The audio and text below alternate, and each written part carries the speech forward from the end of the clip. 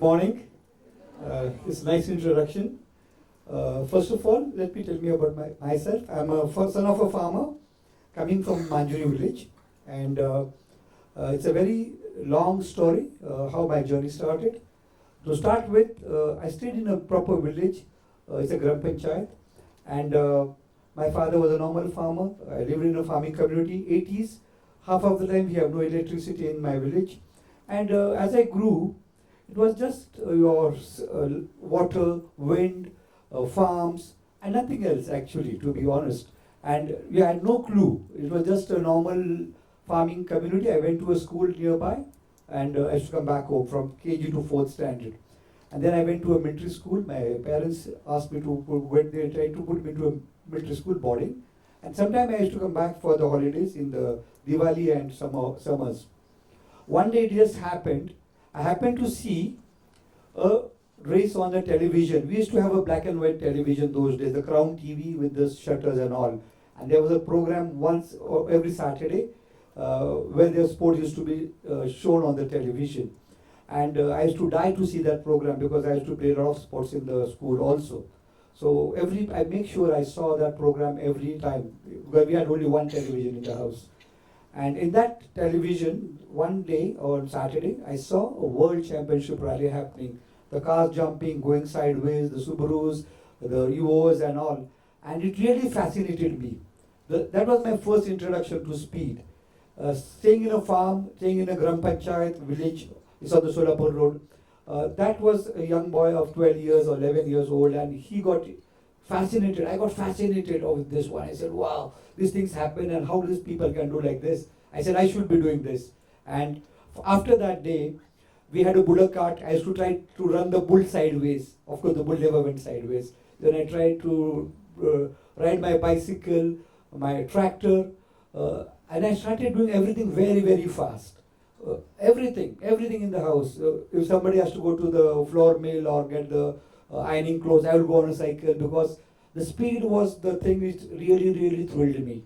And that was my first introduction. I had no clue I was going to do racing. I was no clue was ahead of me. But that's what made me understand and building myself as I proceed with this life further. After I got to the age of say 16, 17, the speed, I learned to ride a bike, which was a bullet. I was not very tall. So I used to make one tall man or a boy sit behind, and I would ride a bullet in a village. I couldn't touch my legs down, and he used to put his legs down when we have to stop. So it was quite funny, right? But that was my urge for speed and driving fast. So whatever I did fast, and it was really fascination for me. Still, I had no clue what I was going to do further. After some time, there was a race in Hadapsar. Motocross. The first motocross was held in Hadapsar. A lot of people don't know this. So I went on my bicycle to see this race, and since it was a race, I was excited to go. And me and all my friends from village, we went to this race, and I saw the bikes jumping and all this, and I said I should be doing this. So the only bike I had was a Java. Have anyone heard of a Java? Yeah, it's an old bike, and that bike was used to ferry milk to the village people. We used to sell milk also because we had cows and buffaloes. So I said, let's modify this Java. So how do I modify this one? So I looked for a mechanic around, and there was a mechanic called Rafiq Mama. It was a small mechanic shop, typical under one tree with a shed, and that's the mechanic shop I had. So I went to him and I asked him, can you modify for me this Java? So he was very, very kind to me. He never charged me a penny. He said, I'll do it free for you. So we modified that Java, and I said, let's take part in this race. So we modified, and first time I took part was in 10th June 1987 in Ahmedabad Motocross. I managed to join a club called Para, and do you remember, I had fallen 5-6 times in that race, and I came last. So first race of my life, and I was last. That really broke me down. I had a nose fracture, it still hurts now. And but this is how life is all about. I said not to give up. I said let's do something about it. So I came back home, and I said let's do practice. So I built a small track in the farm. So in 87, I built a same small track in a half acre in my farm, and I used to practice any time of the day, any time. Sometime at midnight also, I put some halogens like this, and at 12 o'clock, 1 o'clock, 2 o'clock, I would practice at night, and the whole village would come next day to my father and say, your son is practicing at night and is disturbing the whole village, we can't sleep. I was so arrogant, and I didn't know, arrogant is not the right word, but didn't know what to say, but I said, it's my land and I will do whatever I want. And I kept on practicing. The next race was Kolhapur dirt track, and the very next race, I came first. Yeah. And I was probably 19 years of age, and I was picked up by the Para Racing Club, Pune Automobile Racing Club, and I got some few sponsors, and that's how my bike journey started. I won more than 100 trophies. I won Pune Motocross, Bombay Dirt Track. In 14 years of biking career, winning almost more than 100 trophies. So I won Jaipur. I can name most of them, but that's how I started my bike journey. And as everything has to come to the end, sometimes you have to step away, right, from the whole life. So I got married and I decided to see the world. I said, let's live this, and this is how the next journey started for me. And I started backpacking. Anybody know about backpacking, right? Most of you know it, right? So it's you take one bag and you go around the world. But for me, backpacking was not seeing monuments and destinations. A lot of people do tick mark tourism, that I went to particular city like Paris or Rome or something, and then you put a tick mark to it. For me, backpacking was not like this. It was, I went to people, some example I'm giving, Lebanon, suppose I go. I will understand the people, their mindset, how they want to live, how they want to conduct their life, what they look forward in life. Because if you understand people, you understand what they eat, what they live, how they live, and what they want out of life, you will understand a lot of people. Once you understand the people, you will understand the history and geography of that place. Otherwise, no point in doing backpacking or traveling, unless you don't understand the people. So this was, during backpacking also, I realized how naive I am, how I have got no name, no surname, no identity. You are scared because you are going to the different part of the world, and you are no one. You are no one, literally no one. Nobody cares about you. So there's no identity with you, right? And this was one thing also taught me to be brave, to be strong. I was scared most of the time, but I learned to put myself together. And of course, during backpacking also, I tried to survive, try to eat, try to find work.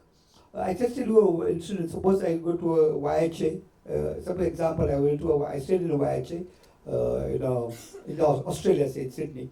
And then I would go to the reception and see what are the tours around. Since I have rented a car, I would try to sell my 3 seats in the car. So I would go to the billboard and put, I'm going to the Blue Mountains. The tour cost would be $40, I would put $20. So I would get 3 customers and I put my bed number. And of course the people will come and say, okay, I want to come with you because it's cheap. And then I had 3 friends, and then I have some money to eat and for my fuel to support my backpacking. So this is how I did backpacking. It was a good way to see the world. I went more than 110 countries. I managed to see every gully, nukkad, you can say, whatever I could. So from backpacking, when I came back, I was 37, and everything was fine with me. The life was good, but something was missing in my life. I said, what's missing? My business was good, everything, but I couldn't sleep well. I was getting into depression. I was not sleeping well. My family was very worried about me. I saw many doctors, a lot of treatment we tried to do, but nothing worked. And then one of my friends said one day, why don't we go to see a car race, which was at the foothill of Sihagarh. It was an autocross race for 2 kilometers. And me and one of my friends, we went to see the race. That time also I was not participating. Let me make clear. Once we went there were spot entries. So you can take part. It's a 2-kilometer race. And so one of my friend's brother was driving. So they asked, why don't you also drive? Because they have less entries in that event. So since I had a balloon, I said, okay, I have motocross experience, I can try this one. And I took part in that autocross and I won that autocross. And I was so happy after that. My life changed again. It changed everything. I said, let's do car racing. And everybody told me, you can't do car racing at the age of 37. It's too, because a lot of normally people retire at the age of 37, right? Most of them from sports or professional, and then they go to the business. But here is where I took a decision to start driving at the age of 37. And I went on to win Himalayan Rally, Desert Storm, Nagaland, South India Rally. For the next 4 years, I won most of the rallies in India. And that's how my car journey started. Then I decided to go abroad. I said, this is not enough. This is not enough. I said, we have to go abroad and take part in international competition. So I managed to find a sponsor to help me to go to Malaysia. So Malaysia was my first international rally, and I finished third in the Malaysian championship in that one. Let me tell you something about Malaysia. Malaysia is a rally, it's a rainforest, a lot of palm trees, narrow roads, a lot of pouring rains, it's very slippy, there are water drains on the side, and you have to drive fast. So life is all about like this. It's exactly like this, life is all about like this, isn't it? You are under pressure, you are broken. From outside you see a driver driving fast and the car going, but inside it's you versus you. You are scared, you have to align yourself with your conditions around, with the nature around. You have to be respectful, you still have to be brave, so you still have to drive. So Malaysia is the place where I learned to drive fast, but in a controlled aggression. I had a lot of moments. I went in a drain twice, my car broke down, we managed to repair or pull it out sometimes. Sometimes never came out. We have to be there a whole night and wait for help also coming. So this is how the Malaysian Championship went forward. And then I went on to be Asia Pacific champion. It's a biggest champion in the Asia Pacific. So I was the first Indian to win the Production Cup. It happens in Japan, China, Australia, New Zealand. There are 6 rounds, and that's how you do about your Asia Pacific Championship. So I was able to win the Asia Pacific Championship, and I was racing for a Japanese team, the Cusco Subaru team, and Japan was also a great experience for me. And just to correlate from this team, the Kintsugi, my team manager name was Sugimura. So he's the guy who taught me a lot of things actually, because I stayed with the team for 4 years, and I managed to win a lot of competitions with them. He's the one who taught me about not to give up. I had a lot of failures, a lot of accidents during this time. I was always broken down, but this is the man who stood by me. He helped me to understand myself. Life is always about building yourself. So Japan is the place where I learned a lot of things also. So it was a great experience to drive in Japan. I managed to drive snow rally in Japan, Tsumugai, minus 34. A lot of China rally in the Mongolian desert. New Zealand, very fast and flowing road, very, very gravel, thin soil. The car, if you just brake also, it will just drag away. So you have to be on the gas all the time. You have to be on the gas. So this is how I won through this Asia Pacific Championship. I decided to go to Europe and the World Championship also. Europe, I did the rally of Estonia, Latvia. I did WRC Finland. It's the fastest rally on the planet. Remember, it's very, very fast, very fast. You jump up. Believe me, it's 70-80 meters jumps. The cars can really fly that far. And you cannot back off because you have to jump those jumps because the grip is going to be, there's no grip down. So you have to push yourself all the time. So I did WRC Finland, and then after then what I said, what? So yes, the ultimate challenge was to do the Dakar Rally, as was introduced by the speaker before me. Telling about Dakar, it's the longest and the most difficult rally on the planet. Just to tell you some history about this rally, it started in 1979. It's from Paris to Dakar. So it was called Paris-Dakar Rally or Paris-Dakar. It's 15,000 kilometers. Dakar is the capital of Senegal. It's a country called Senegal in Africa, and it's a capital. So rally was called Paris-Dakar Rally. Later it became Paris-Dakar, and then it became a Dakar Rally. Just to tell you something facts about this Dakar Rally, I went through Wikipedia, and out of 40 rallies still happen now, 79 people have died. 79 is the truth. And so on an average per rally, 2 people are not going back home. Definitely. That's how this rally is so cruel. It's very, very cruel rally. There's no one. You start morning 4 o'clock. You drive through deserts, mountains, dunes, Sahara, and almost you are driving every day, 800 to 1,000 kilometers, very, very fast, with a co-driver. And you have to sleep on your own, put the tents. You have to stand in a queue to get your food in a mess, and you get one-time food at night because morning there's no food then. Morning we try to carry ourselves bananas, chocolates or solubles in the car, and we can try to eat where there's a transport section, or if you get some break or refueling time, that's the time we eat. So we start morning 4 o'clock, we get up, 5 o'clock the rally is flagged off, and you don't know what time you're going to reach to the another 800 or 900 kilometers. And you might have an accident, you might get lost, you might break down, you might get into a big hole, we call it black hole in a desert. So it's a hole actually. If you get into this, you're not coming out. Definitely, you're going to be there. Still somebody pulls you out. It's a big holes you have. Even during this desert, you have to see the wind pattern. Don't have to drive from the porous side of the desert, because the wind blows from one side, there's going to be harder surface. The other side is going to be porous, because the sand is going to get deposited on the other side. If you put one leg, it's going to be like an avalanche. Trust me on this, 300 meter, 200 meter dunes. If you put the car, it will just go down and with all the soil. So you can't climb the dunes from the opposite side. So we have to watch for that, the wind patterns, the driving patterns. So this is how the first Dakar, in Dakar also there is one more rule I forgot to mention, was you can't pass someone if somebody is stuck or somebody needs help. So you are helping your competitors actually. So you have to stop, you have to help him out, you pull him out, or if it's a medical emergency. So you have to wait and help. Next day it may be you also who you will be needing help also. So everybody stops in Dakar to help each other. That's how we survive. That's how we do all this. So this rally I was the first Indian to do in 2025. I finished 18th in the world out of 96 cars. And about Dakar, 30% people will only finish.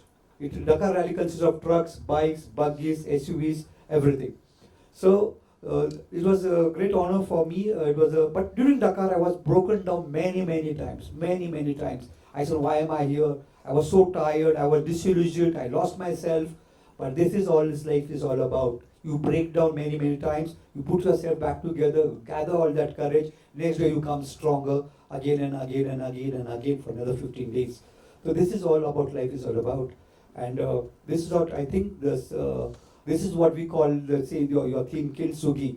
Life is all exactly what, like you break down and you build yourself. See, motorcycle cracked my fear when I was doing motorcycles. You are obsessed with a lot of things. You break down your egos. You do a lot of heroics, but you still feel everything you cannot do. The deserts will tame you. The racing breakdowns, car breakdowns, you will be breaking down. So I have had more than 200 accidents, to be honest. See, I've broken my nose, 6 stitches here, 5 stitches here, broken my hand. So, but sometimes it is the physical wounds, cracks you see, but you are more broken from inside. But it's important you put yourself together, and this is what we say, like, you need to be broken to be again fixed and go forward in life. Thank you very much. It was a pleasure speaking to you. Thank you very much.